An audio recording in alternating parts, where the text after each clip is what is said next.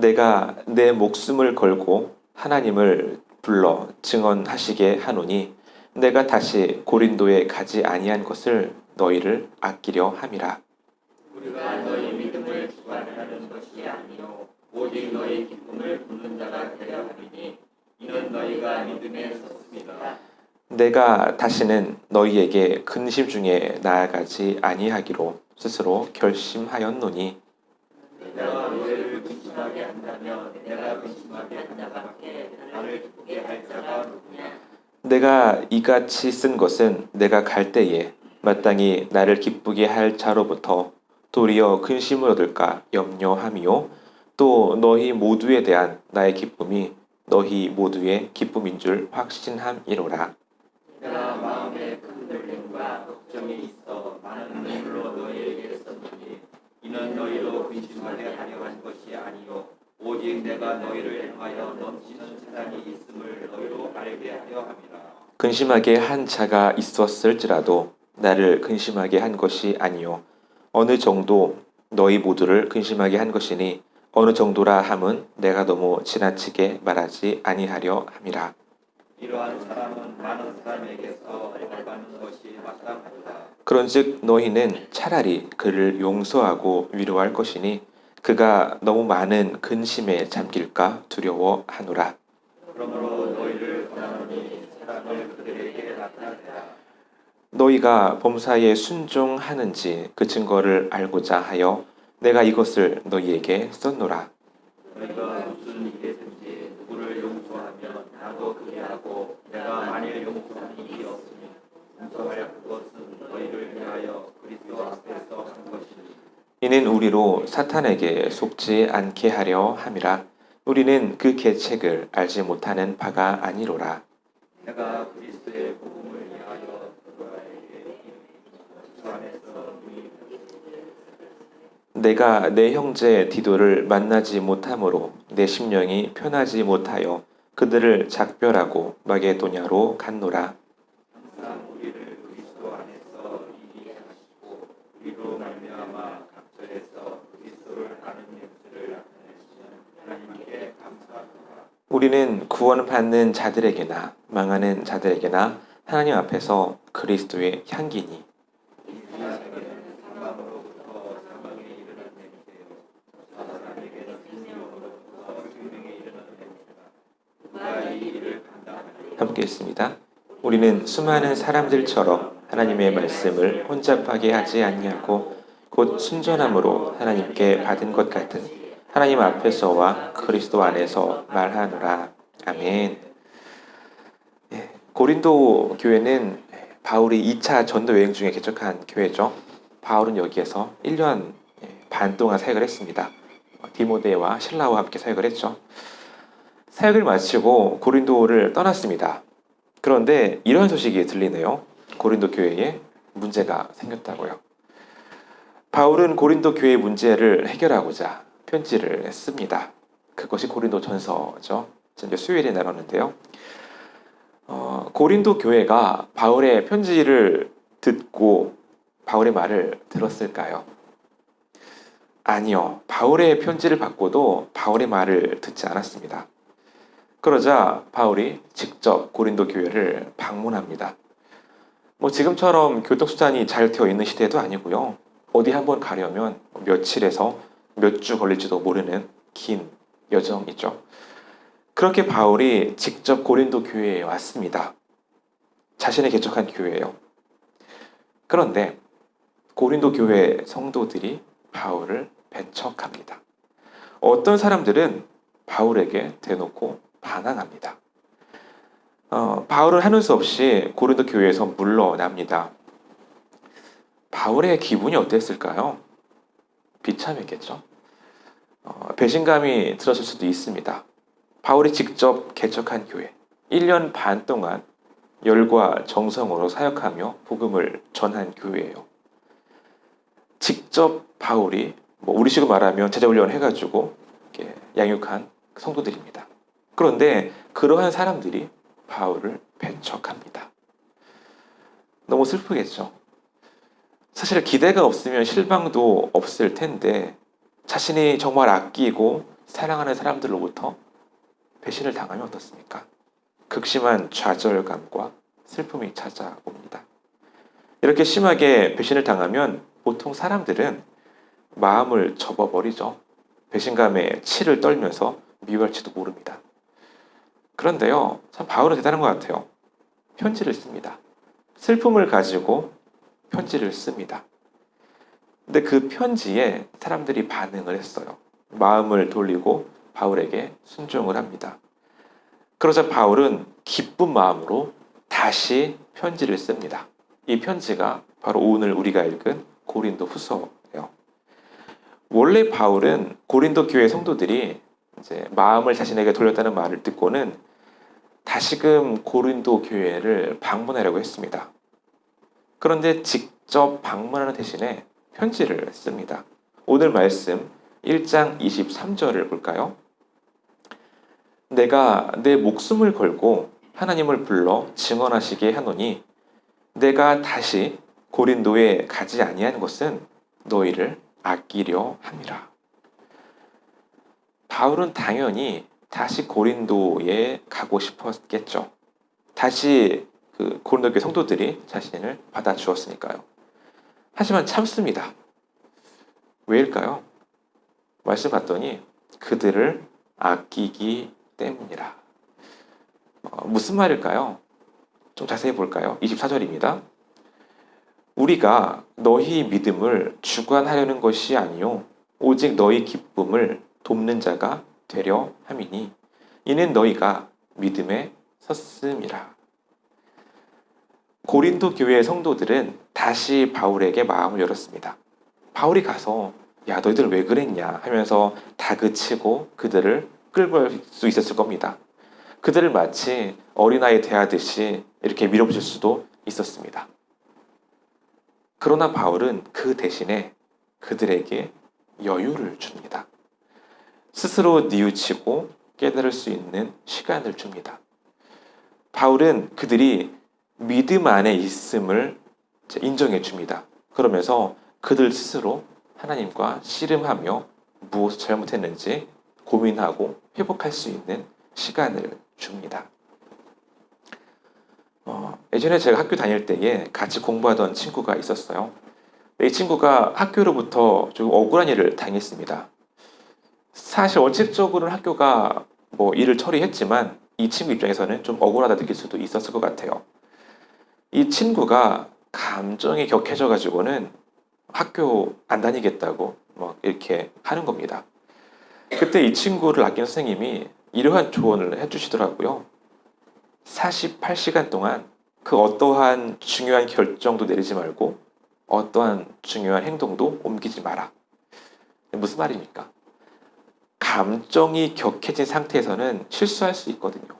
올바른 판단하지 못할 수도 있거든요.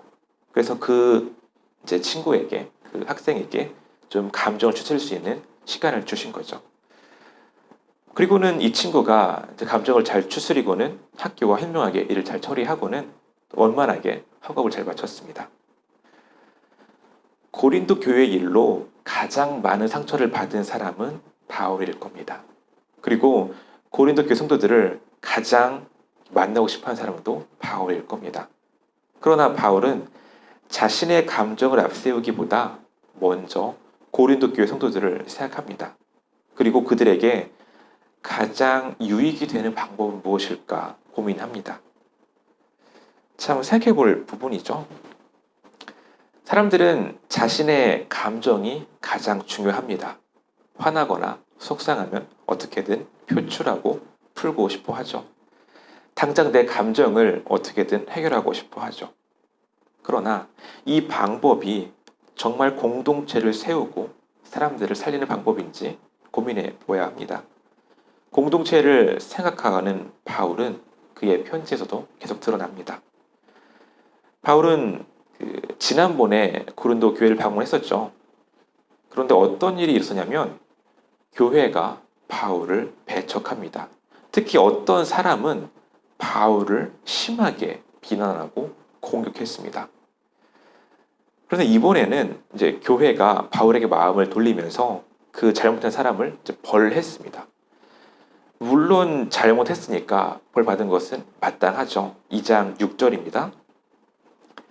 이러한 사람은 많은 사람에게서 벌 받는 것이 마땅하도다. 정당한 이유도 없이 사도이며 고린도 교회의 설립자인 바울에게 대항했던 이 사람, 당연히 벌을 받아야 하죠. 그런데 바울은 이 사람의 잘못은 지적하나 이제 그 사람을 용서해주고 위로하라고 말합니다. 7절 볼까요? 그런즉 너희는 차라리 그를 용서하고 위로할 것이니 그가 너무 많은 근심에 잠길까 두려워하노라. 인간적으로 생각하면 자신을 대놓고 비난한 이 사람이 너무도 미웠겠죠. 어떻게든 벌을 주라고 했을 겁니다. 그러나 바울은 이 사람을 생각합니다. 비록 이 사람이 잘못했을지언정 믿음에서 이탈하지 않도록 공동체가 그를 용서하고 위로하라고 말합니다. 8절 볼까요? 그러므로 너희는 권하노니 사랑을 그들에게 나타내라. 징계는 필요합니다. 그러나 사랑 없는 징계는 폭력이겠죠.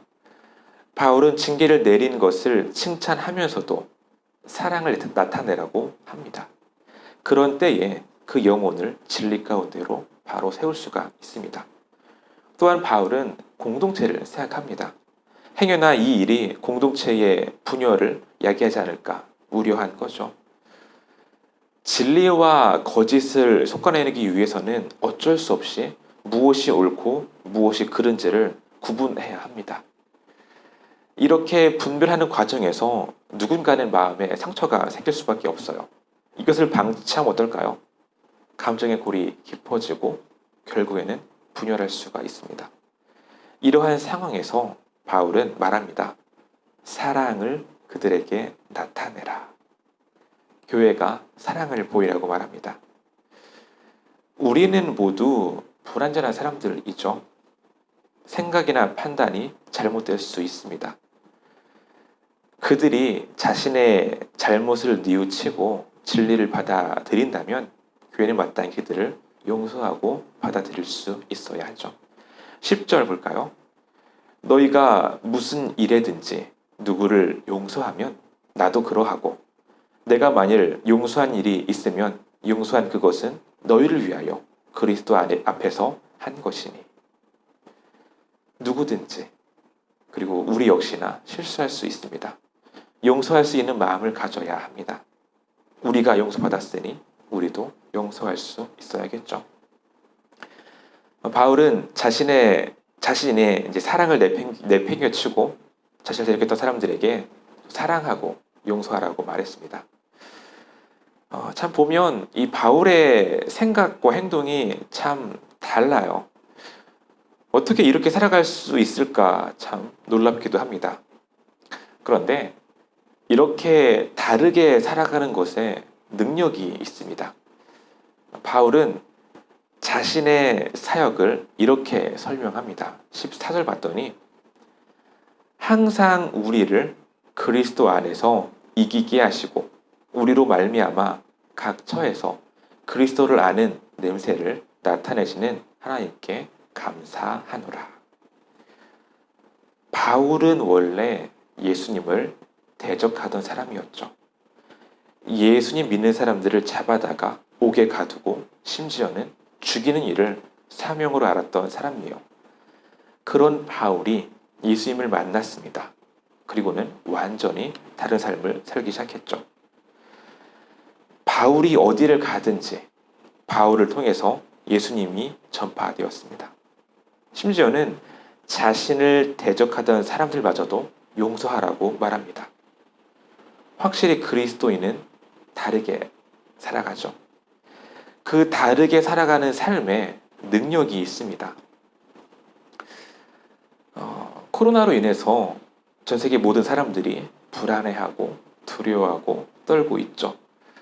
이것은 너무도 합리적이고 당연한 삶의 모습이에요. 그런데요, 이런 시기에 힘들어하면서도 알 수 없는 마음의 평안을 누리는 분들이 있죠. 이상해요. 뭐 마땅히 대책도 없어 보이는데 무엇을 믿고 사는지 다르게 생각하고 행동하는 사람들이 있습니다. 세상 사람들이 볼 때는 참 놀라고 궁금해하고 심지어는 두려워하기도 합니다. 15절을 볼까요? 우리는 구원받는 자들에게나 망하는 자들에게나 하나님 앞에서 그리스도의 향기니. 바울은 그리스도인이니 그의 삶에서는 그리스도의 향기가 났습니다. 고난 가운데서도 기뻐했습니다. 자신을 핍박하는 사람들을 용서하고 품어 주었습니다. 우리도 그리스도인으로서 세상과 다른 삶을 살기를 소망합니다. 그 삶에 능력이 있을 줄 믿습니다. 조화와 생화의 차이가 뭘까요? 겉으로는 똑같지만 조화에는 향기가 없죠. 그러나 살아있는 생화에는 향기가 있습니다. 우리가 정말 살아있는 그리스도인이 되기를 바랍니다. 말로만 그리스도인이 되는 것이 아니라 우리의 생각과 말과 행동이 정말 예수님의 뜻을 따라가기로 합니다. 그때에 우리 삶을 통해서 그리스도의 향기가 드러날 줄 믿습니다. 함께 기도하기 원합니다. 이 시간 기도하실 때에 혹시 나의 감정을 표출하느라 다른 이들을 아프게 하지 않았습니까? 정말 다른 이들을 생각하고 세워주는 지혜 달라고 기도합시다. 또한 내가 아직 용서하지 못하는 이들이 있다면 사랑으로 품고 용서하시는 마음 달라고 기도하기 원합니다. 그리고 이러한 삶을 통해 진정한 그리스도의 향기를 드러내게 해달라고 함께 시간 기도하기 원합니다. 기도하겠습니다.